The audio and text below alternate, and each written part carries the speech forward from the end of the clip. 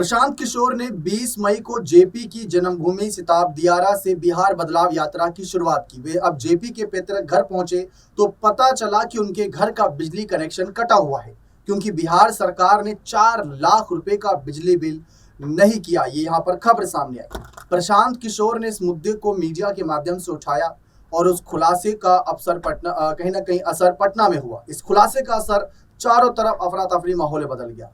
JP के सबसे बड़े अनुयायी माने जाने वाले सीएम नीतीश कुमार की सरकार ने मामले में कुछ घंटे बाद ही छपरा प्रशासन हरकत में आ गई और आज सुबह होते ही जिला प्रशासन ने जेपी के पैतृक घर में बिजली आपूर्ति बहाल कर दी गई। अब सिताबदारिया के स्थानीय लोगों ने इस बात की पुष्टि की है। इसके साथ ही पानी का स्तर नीचे जाने की वजह से वहां पानी का आपूर्ति नहीं हो पा रहा था। प्रशांत किशोर के जाने के बाद से वहां पानी का कनेक्शन भी लगाया जा रहा है। अब इन सब के बीच बहुत से सवाल हैं। सवाल यह है कि आखिर किसके आदेश से जेपी के घर के बिजली कनेक्शन काटने की कार्रवाई की गई थी। जिस जेपी के नाम पर बिहार में नीतीश कुमार और लालू यादव जैसे नेता 50 साल से राजनीति कर रहे हैं, उनके लिए सरकार इतना ही सम्मान कर पाई कि उनके घर की बिजली कनेक्शन काट दिया जाए, तो ये बहुत बड़ा मामला बन गया है।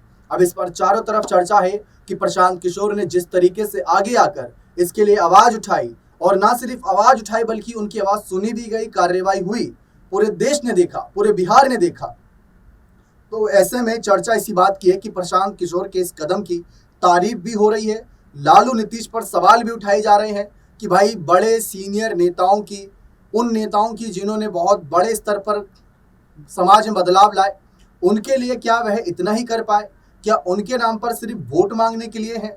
लेकिन जब उनके अनुयायियों की बात आती है कि कैसे रह रहे हैं, क्या कर रहे हैं, ठीक है नहीं है, जब हालचाल की बात आती है तब कहाँ रहते हैं?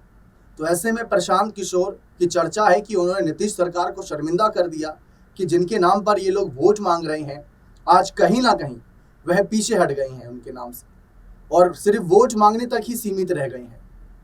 तो ये बहुत बड़ा मामला बन गया है और इस पर प्रशांत किशोर की तारीफ भी हो रही है, जो कि बहुत से लोग कहेंगे कि प्रशांत किशोर को लेकर क्यों इतनी बातें रखी जा रही, लेकिन ये मामले को लेकर बात रखना जरूरी है। जो वहां पर पूरी सिचुएशन थी उसको वहां पर उन्होंने देखा, समझा, परखा, उसके बाद एक्शन लिया, उसके बाद आवाज उठाई और उनकी आवाज सुनी गई। फिलहाल प्रशांत किशोर की तमाम सड़कों पर उतरने के बाद जो उनकी प्रतिक्रिया रहती है नीतीश सरकार के खिलाफ, वो आप भली भांति देखते आए हैं।